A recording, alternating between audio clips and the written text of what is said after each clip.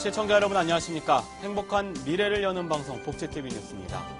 장애계가 인천의 한 장애인 거주시설 지적장애인 거주인 의문사에 대한 진상규명을 촉구하고 나섰습니다.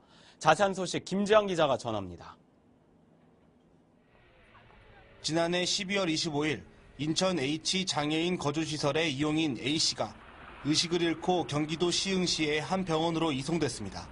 당시 A씨는 오른쪽 눈과 몸, 옆구리, 허벅지 안쪽, 정강이, 발등 등 전신에 피멍이 들어 있었으며 머리에 출혈이 있었습니다. 이후 수술이 진행됐으나 뇌사 상태에 빠져 결국 A씨는 지난달 28일 오전 11시 55분경에 사망했습니다. 이에 대해 장애인 거주시설 측은 A씨의 몸에 있던 피멍에 대해서 혈소판 수치가 현저히 낮아져 가벼운 접촉으로도 피멍이 날 수 있다고 설명했으며 사망 원인에 대해서도 기존에 앓고 있던 선천성 희귀질환인 결절성 경화증과 뒤늦게 발견된 암 등이 사망의 원인일 가능성이 크다고 주장했습니다. 이에 대해 대책위는 국가수의 부검 결과 사망의 원인은 외력에 의해 출혈이 발생하는 경막하 출혈에 의한 것으로 질병에 의해 사망했다는 주장에 대해 반박했습니다. 국가수 1차 부검 결과에서 경막하 출혈에 의한 사망이라는 것이 밝혀졌습니다. A씨 머리에서 경막하 출혈이 우뇌와 좌뇌 양쪽에서 다 발견이 되었고요. 오래된 경막하 출혈이 자주 있었던 것으로 보인다라고 말씀을 하시더라고요. 그렇기 때문에 이제 와서 시설이 본인의 고인의 질병이나 이런 것을 핑계 삼는 것은 본질을 흐리는 문제라고 생각을 하고요. 한편 대책위는 이번 사건에 대해서 국가 차원의 진상조사를 실시할 것과 장애인 거주시설에서 끊임없이 발생하고 있는 인권침해 사고를 방지하기 위해서 탈시설 자립생활 정책과 제도 수립을 요구했습니다. 복지TV 뉴스 김재입니다. 한편 보건복지부는 장애인 거주시설 입소장애인의 인권 보호를 강화하기 위해 이달 말까지 시설별 인권 지킴이단 과반수를 외부 인력으로 전면 재구성한다고 밝혔습니다. 보건복지부는 2015년 장애인 정책 관련 시도 과장 회의를 개최하고 이 같은 정책 추진 방향을 설명했습니다. 이에 따라 복지부는 장애인 거주시설 입소 장애인의 인권보호 강화와 관련해 이달 말까지 시설별 인권 지킴이단 과반수를 변호사나 공공후견인 후보자, 인권 전문가 등 외부 인력풀로 전면 재구성하기로 했습니다. 또한 인권지킴이단 운영 상황, 전반에 대한 지도 점검을 수시로 실시함으로써 외부 감시 체계가 대폭 강화될 수 있도록 협조 요청했습니다. 지난 2010년에 설립된 한국보육진흥원이 5주년 기념식과 신년 인사회를 개최했습니다. 정유린 기자가 다녀왔습니다. 한국보육진흥원이 5주년 기념식과 신년 인사회 자리를 열었습니다. 개원 5주년을 맞은 한국보육진흥원은 그간 어린이집 평가 인증 사업, 공공형 어린이집 사업 품질 관리 등과 같은 다양한 보육 지원 사업을 벌여왔습니다. 이날 진흥원은 최근 발생한 어린이집 아동 학대 사건에 대해 뼈아픈 반성과 더불어 책임을 통감한다며 새로운 각오로 전진해 나갈 것을 다짐했습니다. 아이가 걷기 전에 수많은 넘어짐이 있듯이 이번 일을 계기로 한국보육진흥원과 전국 4만 3천여 개 어린이집 그리고 31만 명의 보육인들이 더욱 성장하고 전진할 것임을 믿어 의심치 않습니다. 한국보육진흥원도 더욱 열심히 하겠습니다. 이날 자리에서 진흥원은 보육 핵심 기관으로 역할을 강화한다는 미래 비전을 공식 선포하며 올 한해 평가 인증제도 개편과 보육교직원의 역량 강화, 공공형 어린이집 질 관리 등을 역점 사업으로 꼽았습니다. 이를 위해 수요자 중심의 의무평가제와 부모 안심 인증제, 보육교직원의 장애 직무교육 운영 확대 등을 추진한다는 계획입니다. 한편 이날 행사에서는 기관 설립과 발전에 공헌한 개인에게 동료패와 표창이 전달됐으며 보육 서비스의 내실화를 다지기 위해 구성된 아이누리, 보육교사, 안심부모 자문단에 대한 위촉식이 진행됐습니다. 복지TV 뉴스 정유림입니다. 오는 5월 학교 밖 청소년 지원법이 시행되는 가운데 여성가족부는 학교 밖 청소년 지원센터 200곳을 열 계획이라고 밝혔습니다. 여가부는 학교 밖 청소년 지원센터가 심리, 진로, 가족관계 상담부터 학업을 이어나갈 수 있도록 돕는 역할을 하게 된다고 말했습니다. 한편 학교 밖 청소년을 센터로 연결하는 역할은 학교, 교육청, 경찰서, 주민센터 등 공공기관과 동네 약국, 병원, PC방, 노래방 등이 속한 1388 청소년 지원단이 맡게 됩니다. 태권도장에서 합숙훈련을 받던 지체장애인의 사망 사건과 관련해 경찰이 가해자들의 조직적인 폭행과 은폐가 있었던 사실을 찾아냈습니다. 서울 강동경찰서는 최초 수사 당시 원장 김모 씨의 폭행 사실만 확인했지만 추가 수사를 벌인 결과 원장이 해외 출장으로 자리를 비운 사이 다른 사범들도 숨진 고 씨를 폭행한 사실이 확인됐다고 말했습니다. 피의자들은 지난 10월 말 서울 강동구의 한 태권도 체육관에서 지체장애 상급인 고모 씨를 감금하고 상습적으로 폭행한 뒤 방치한 혐의를 받고 있습니다. 서울 노원구가 구민들의 100세의 건강을 책임지기 위한 평생건강관리센터를 운영 중에 있는데요. 주민들에게 큰 호응을 얻고 있다고 합니다. 박고은 아나운서입니다. 서울 노원구에 사는 61세 오성숙 씨. 그녀는 집 근처에 위치한 상계동 평생건강관리센터를 찾았습니다. 지난 8월 우연히 받은 검진에서 허리 둘레와 중성지방 판정을 받았는데요. 센터에서는 바빠서 놓치기 쉬운 운동과 식습관 등을 안내해주며 꾸준한 관리를 할 수 있도록 돕고 있습니다. 뱃살이요. 죽겠어요 아주. 기름기가 많대요. 그리고 뭐 고지혈증도 있다고 문자가 왔더라고요. 그렇게 채식 위주로다가 하고 골고루 이렇게 먹으라고 좀 양도 좀 줄이고 그렇게 하라고 하더라고요.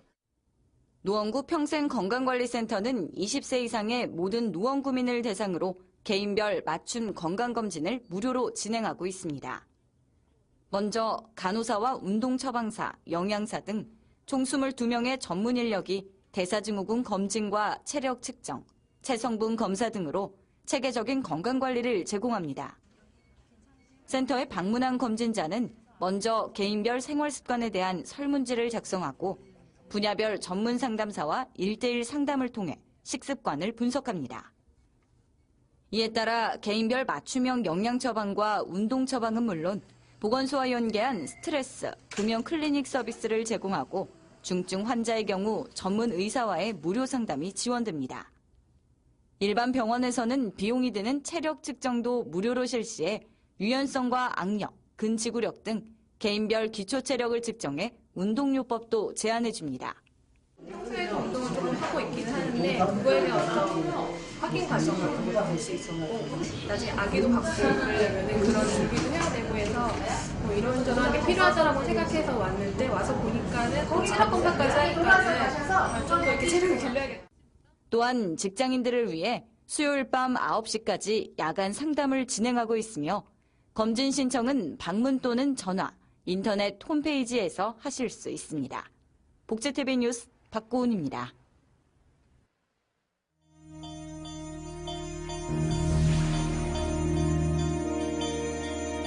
이어서 간추린 뉴스를 전해드립니다.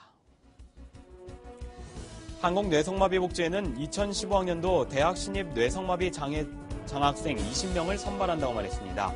선발 대상은 올해 대학에 입학하는 뇌성마비 장애 신입생 중 모범이 되고 가정 형편이 어려운 학생으로 입학 등록금 전액을 지원합니다. 서류 접수는 오는 27일까지입니다. 한국농아인협회가 2015년도 제13회 청각장애인 통역사 자격인정시험 응시원서 접수를 받습니다. 응시 자격은 대한민국 국적의 만 19세 이상의 청각장애인 또는 대한민국 국적의 만 19세 이상의 청각장애인 등록을 한 외국인이면 가능합니다. 접수는 인터넷 접수만 가능하고 오는 11일부터 27일까지 홈페이지에서 접수를 받으면 접수 기간 내에 응시 자격 서류를 제출해야 시험 응시가 가능합니다. 미랄복지재단은 오는 9일까지 성인발달장애인이 전문 첼리스트로서 활동할 수 있는 미랄첼로 앙상블 날개 활동단원을 모집한다고 밝혔습니다. 수제기 교본 연주가 가능하고 정해진 연습과 연주 일정에 성실히 임할 수 있는 18세 이상의 등록 발달장애인은 홈페이지에서 지원서 양식 작성 후 이메일로 접수하면 됩니다. 인천광역시는 기초수급자 자녀와 아동복지시설 생활청소년 가운데 중고등학교 입학자에게 교복비를 지원한다고 밝혔습니다. 올해 교복비는 시비와 군구비 7억 5천만 원의 예산을 투입해 기초수급자 자녀와 아동복지시설에서 생활하는 청소년 2,500명을 대상으로 동복과 하복이 지원되며 1인당 동복은 20만 원, 하복은 10만 원이 지원됩니다. 경기도 양주시 기업인협의회는 2015년 기업인협의회 정기총회를 열어 신임 김광호 회장을 선출했습니다. 신임 김광호 회장은 실질적인 성과와 이점을 얻을 수 있는 기업인협의회를 만들어 나가 한 단계 도약할 수 있는 토대를 마련하겠다고 취임 소감을 밝혔습니다. 용인시는 강남대학교 사회과학연구소와 공동주최로 100만 대도시 용인변화와 대응이라는 주제로 정책 세미나를 개최했습니다. 이날 세미나에서는 용인시의 변화될 모습에 대한 각계각층의 전문가와 시민들의 의견을 수렴하는 자리로 진행됐습니다.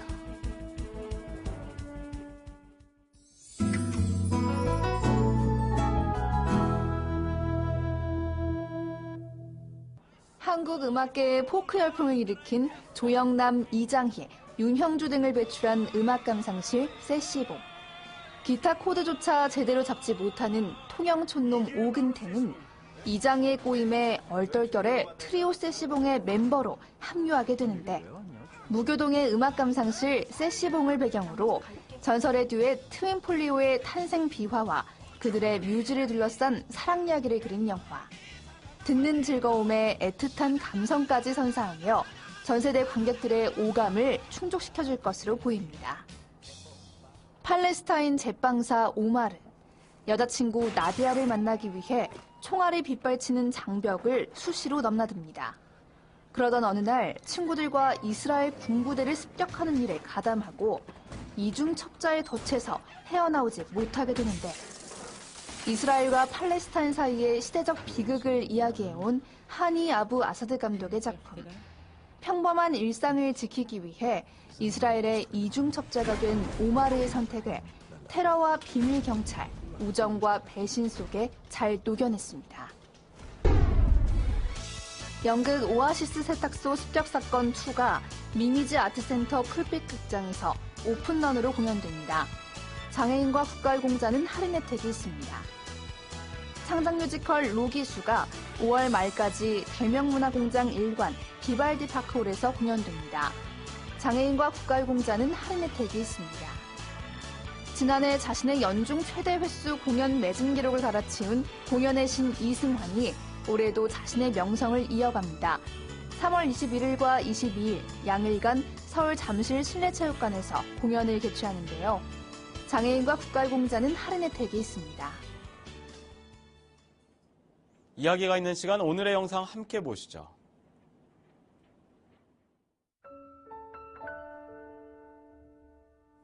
얼마 전 강서구에 홀로 사시는 한 할아버지가 경찰의 도움으로 구조되는 모습입니다. 홀로 계신 할아버지를 신고한 건 아래층에 사는 이웃이었는데요. 할아버지의 인기척이 며칠째 들리지 않자 불안한 마음에 경찰에 신고를 했다고 합니다. 네, 이웃 간의 층간소음이 오히려 관심이 돼 독거노인의 생명을 구할 수 있었는데요. 최근 층간소음으로 이웃 간 다툼이 자주 발생하는 등 이 타인의 행위가 조금이라도 자신의 영역을 침범하는 것을 꺼려하는 요즘, 우리에게 경종을 울릴 만한 사례인 것 같습니다. 행복한 미래를 여는 방송 복지TV 뉴스를 마칩니다. 시청해주신 여러분 고맙습니다.